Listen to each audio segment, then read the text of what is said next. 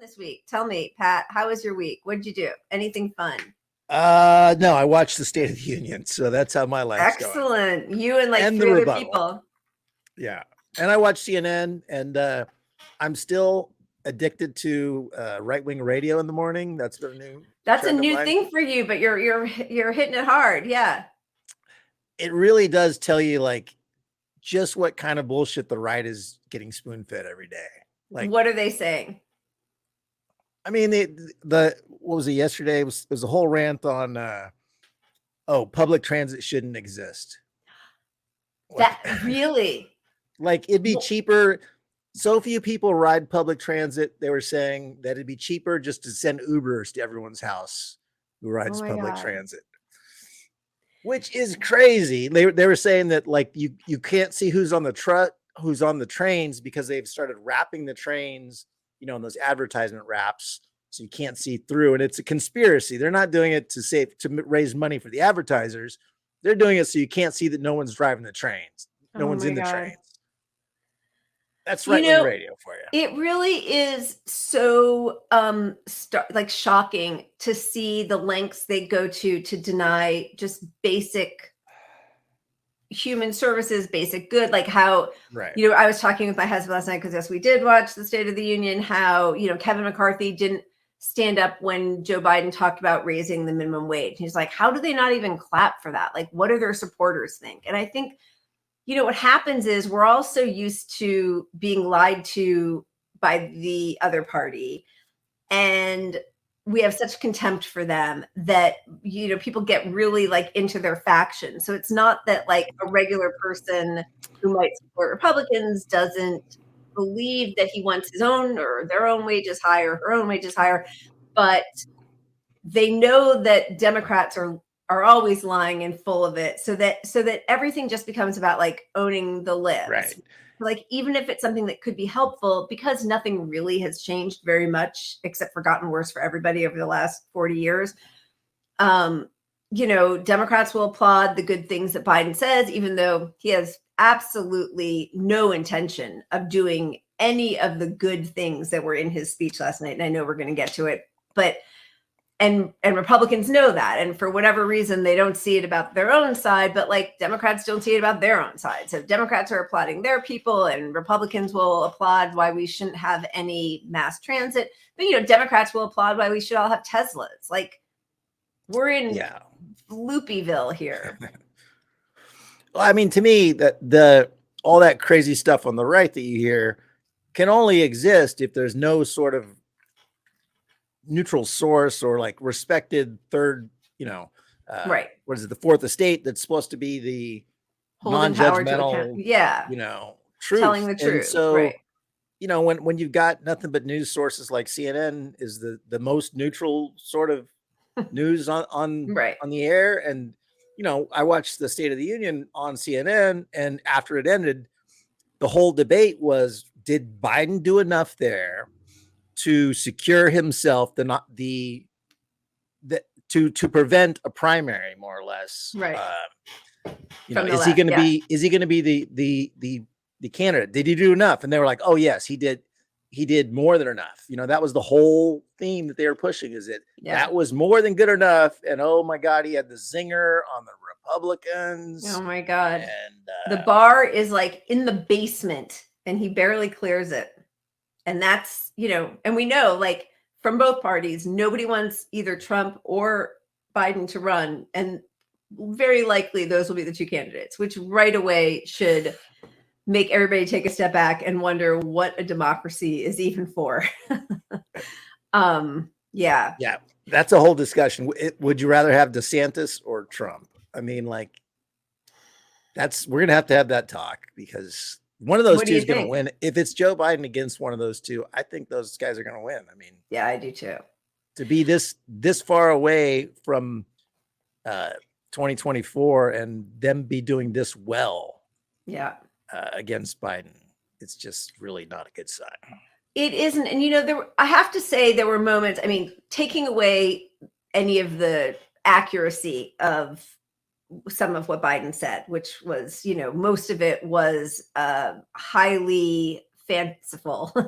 His list of his accomplishments, his list of what he wants to do, his intentions.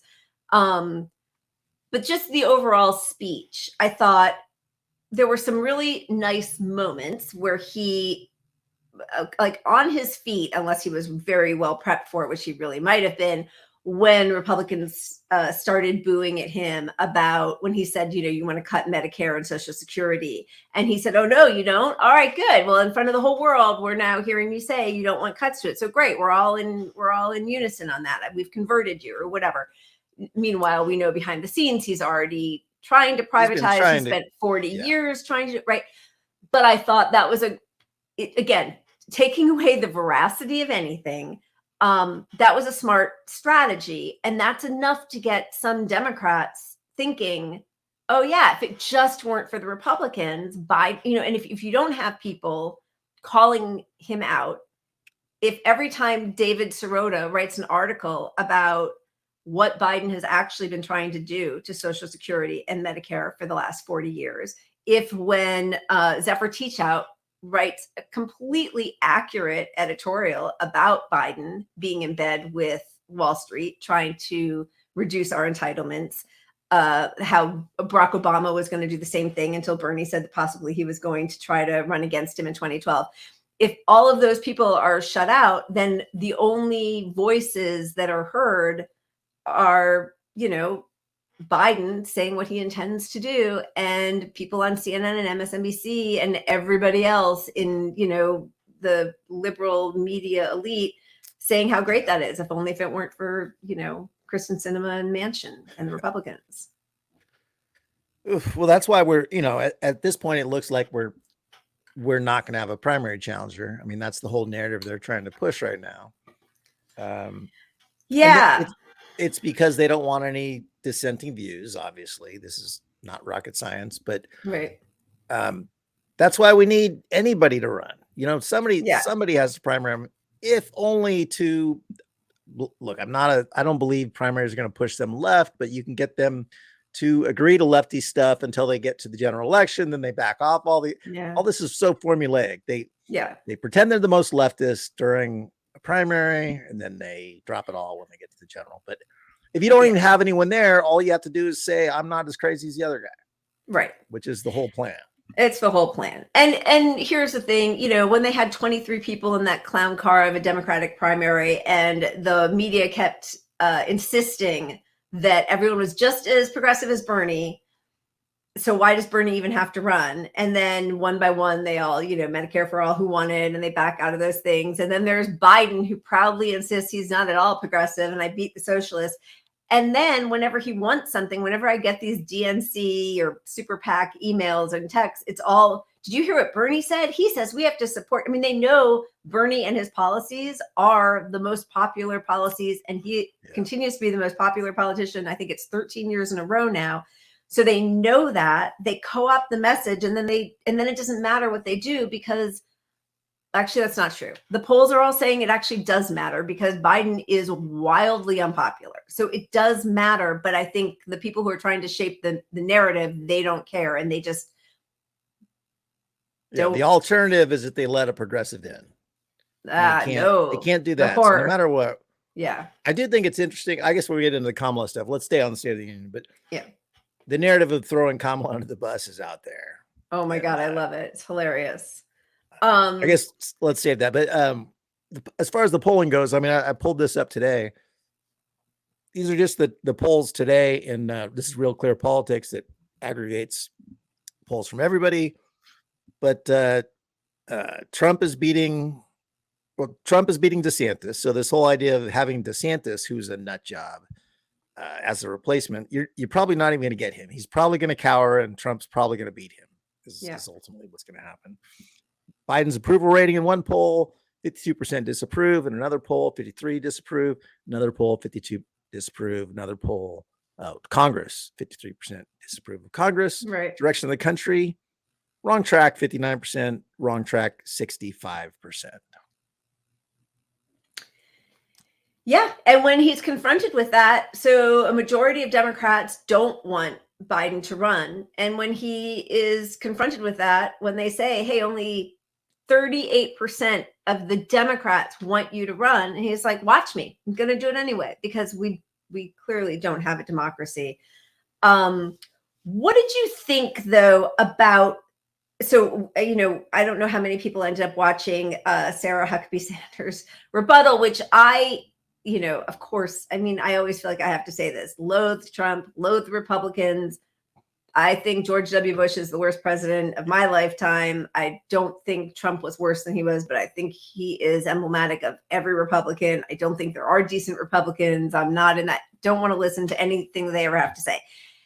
However, I thought that her rebuttal, knowing that nobody really fact checks on the same side of the person speaking, right? So like Democrats listen to what Biden says and they're like, isn't that great? And he's invested more and unemployment's low. And all the people who are watching those shows are kind of already, you know, preaching to the choir. Same with Sarah Huckabee Sanders. I thought that her speech and the way she delivered it was the most appealing I've ever seen. And the story she told about wanting our freedoms and that we are strong and powerful, I thought she did a really good job at selling that. It wouldn't surprise me. And I think this is something that a lot of establishment Democrats fall into, is she's a liar. Yeah, of course she is, but so is every press secretary. She is disgusting. The things she advocates for, the fact that she worked for Trump. Yes, all gross, gross, gross. Totally agree. But if you fail to see how the person could be appealing, you know, you miss a big story, the way we missed in Trump in 2016. He was appealing to a rabid fan base that felt completely unheard by the establishment. And I think it would be a mistake not to evaluate what about her and her speech appealed to her audience. Yeah, I mean, we can knock all the contents of it, which we disagree with hugely. Yeah. But the point is to appeal to her base as well as people on independents. And you know, I mean, when the whole thing last night was set up to challenge, the question is Biden vigorous enough to withstand another campaign season and another 4 years, which will be 6 years from now. I mean, we're talking. And so that's the real challenge. And if you look at the facts, I mean, he really won in 2020 because of COVID. So if he won because of COVID and handled COVID poorly by most people's measures, he's not going to get that bump, especially after his record over the last few years. So what do you have going into, you know, he was declared too old and had all kinds of mental lapses, which we've seen forever. So you got last night where he's supposed to overcome this hurdle of being perceived as too old and weak to challenge, you know, Trump and or DeSantis or whatever. And Huckabee comes on, and first thing she does is say, I'm 40. I'm the youngest person in the governor and the youngest governor. Contrast that to Biden, who's 80, the oldest, you know, and she laid it out very sanely for not the most sane person on earth. Right. But her base, like that message sold like crazy to her base. I mean, of course, in the story she told about like Trump going to visit the troops, it doesn't matter the disgusting things he says about the troops, or, I mean, but you know, because it doesn't matter to Democrats that we keep sending young poor people off to fight wars that are completely unnecessary, right? So like, as soon as you strip away all of the factual or non-factual content and just, oh, my dog is here. Hi, how'd you get in? My whole green screen might be about to be knocked over. If you just look at the tone, the tone, and then she told a great story about, you know, Christmas, leaving her young kids. She just overcame thyroid cancer. So she's not saying that there aren't any problems. I don't know. It was a compelling speech, and it was terrifying for me because it's not, I mean, I don't know how much harm reduction we've had with Biden at all. I absolutely hope we have a primary from the left, somebody somewhere. You know, I don't think that's going to do much. I mean, I think Bernie was our last best chance for a quick infusion of a third party candidate if he had done a dirty break. I think that could have been really substantial. But I think that if Trump tapped her to be his vice president, that would be a pretty formidable challenge to Biden and Kamala, who offer nothing. And by the way, she even talked about like a sort of bipartisan, again, it's all bullshit. Like, I get it. But like, she even talked about like when her dad and Bill Clinton opened the doors for the, the young schoolgirls who had been kept out of, during segregation, had been kept out of the school, and like made that to like, even though she says we're done with the CRT, they've labeled CRT as something that is anti-white. And what she did there was show, hey, no, I want Black people to do well, but we don't need to tell white people that they're not good. That's how there's a whole group of people in the victim politics and the woke politics or whatever they call it. So I don't know. It does worry me. And the thing about crazy, and like, obviously Trump is fucking crazy, but Biden's no peach. I mean, he's a mess.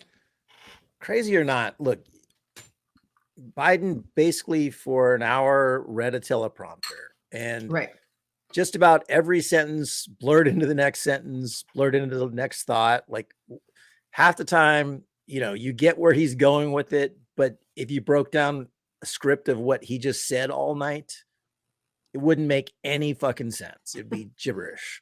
Yeah. Now you can say, he's got a speech impediment, a stutter, whatever. I mean, all that aside, we know he's got some mental issues on some level. Right. We know he's got some onset of dementia on some level. So, you're looking at, is this going to get better in 4 years when he's up against Trump? What's going to happen? He's going to lose. That's what's going to happen. Yeah. So, so the contrast between him and Huckabee was pretty strong. And I mean, I can't stand her at all. And I was like, she did pretty good there. Yeah. So of course, we got all the propaganda CNN article. His delivery was energetic, even though he stumbled over a few of his prepared lines. When Republicans interrupted him, he responded quickly, deftly turning their heckles back around into challenges. I mean, I have to say, I do agree with that. I thought he did a really good job at that. But again, I don't even think he did a good job at it. I thought it was all. It was so clearly prepared, and I mean, maybe I'm wrong, but when he said, "Oh, I love conversion," I know. Did he not mean conversation? Like, come to the office and let's have a conversation? But everyone's like, I love conversion, and everyone's acting like he didn't. Fuck that I wrote that to you, and then I was like, "Am I stoned? Maybe that is what he meant." And he meant he converted them. But I thought it was bullshit. They're just all pretending he didn't fuck it up. Yeah. But here's what people think. Yeah. This is where they're fucked. 71% of people. 1%. Sorry, go ahead. No. 71% say the country is headed in the wrong direction. More than 2/3 of Americans use negative phrases to describe where the U.S. is headed this year. Biden's approval sits at 45%. 4 in 10 Americans say they've gotten worse off financially since Biden became president. Yeah. So that's the other thing, and when Bernie was running and he had his heart attack and he could send people out there, surrogates out there to talk about his plans, which were broadly popular, those policies. And at the time I thought, it doesn't matter. I mean, I would have been so sad if Bernie had passed at the time and all of that. But like, there is a platform that millions of people are inspired by, policies they want to fight for, that they agree with. So I would vote for Bernie in a hospital bed at that time. Whereas Biden in a hospital bed just makes clear that he has so little power, and it's really just the puppet masters behind him whose policies I disagree with almost 100%. And so then it's like, well, what is he? He's not even, like, at least Barack Obama could give a speech that made people feel kind of good about the country. Well, he's a good guy, though. Well, when you've got Geraldo's endorsement, then you're on the right track. Yeah. I mean, look, they know he's in deep trouble. So the press is pushing this narrative that he's this nice old guy, and regardless of his health, he means well. it's probably why they're throwing Kamala under the bus, because they want to send the message that they're going to have a better replacement than Kamala should something happen to him. I wonder who it's going to be, though. Yeah. Because it can't be Pete. He's got, and here's the other thing. It's going to be Pete. I'm telling you. No, come on. They can't do that because they just messed it up by doing this, right? They're moving.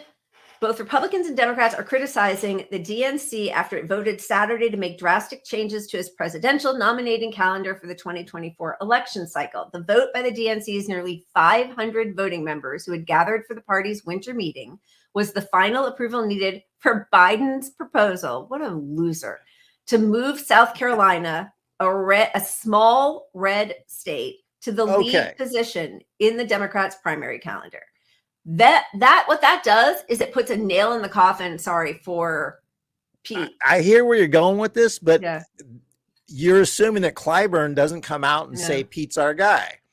So if Pete overcomes the hurdle of South Carolina in the very first state, everybody's going to tout that as, the whole thing will be, oh my God, he's such a new man from 4 years ago. Oh my God. I think, wait a second. I think this calls for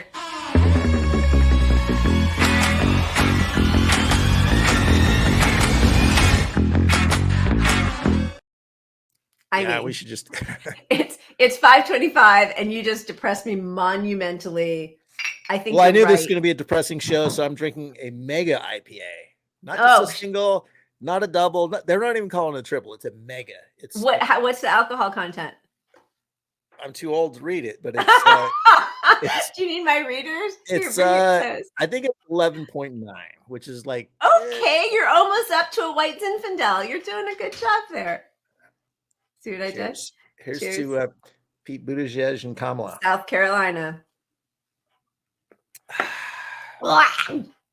That's actually my third. I held up two. Oh my God, the State of the Union.